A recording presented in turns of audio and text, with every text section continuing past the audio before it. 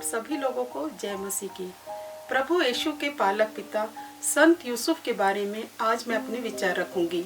क्या आपने यह कभी विचार किया क्यों परमेश्वर ने यूसुफ को ही प्रभु यीशु का पालक पिता बनने का चुनाव किया? क्योंकि संत यूसुफ एक ऐसे वंश से थे जो धार्मिक थे।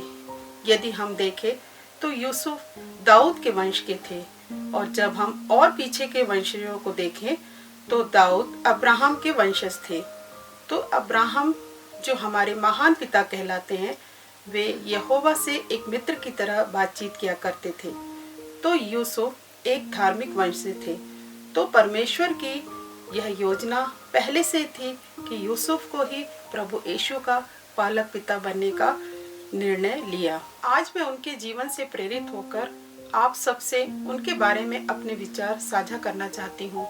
संत यूसुफ के जीवन से हमें यह सीख मिलती है कि वे एक आज्ञाकारी व्यक्ति थे, क्योंकि जब स्वर्गदूत ने स्वप्न में उनसे बातचीत की तो उन्होंने एक सपना ही समझकर उसको यूं ही नहीं छोड़ा, बल्कि उस सपने का बात का पालन किया।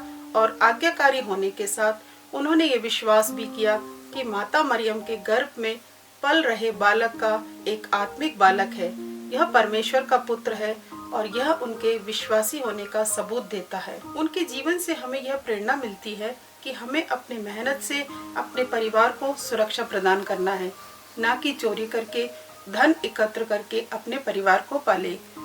वे बड़ई थे, एक मजदूर की तरह वह काम करते थे, उसी से वे अपने परिवार का भरण पोषण करते थे। उन्होंने मेहनती होने का गुण अपने बच्चों को भी सिखाया, क्योंकि उनकी सभी बच्चे और बालक यीशु भी कम उम्र से ही बड़ाई का काम करने लगे थे। उनके जीवन से चौथी प्रेरणा हमें यह मिलती है कि हमें अपने बच्चों में धर्म का सही शिक्षा देनी है। संत यूसुफ अपने परिवार का आत्मबल थे। वे अपने परिवार को हर परिस्थिति में सुरक्षा प्रदान करने का विश्वास दिलाते थे। संत यूसुफ का हृदय प्रेम से भरा हुआ था, तभी तो परमेश्वर ने बालक यीशु का पालक पिता बनने का निर्णय लिया, जिनका हृदय पवित्र और शुद्धता से भरा हुआ था, जो स्वर्गदूत की वाणी को सुन सकते थे। आज हम दुनिया के माया मोह में इतना उलझ गए हैं कि हमसे अगर परमेश्वर बातचीत करना भी चाहे तो वचन के द्वारा या स्वप्न के द्वारा हम उसे अनदेखा कर देते हैं। स्वप्न को एक सपना समझकर अपने रोज के कार्यों में हम उलझ जाते हैं।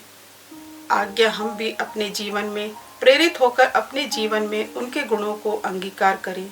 आप सभी लोगों को जय यीशु।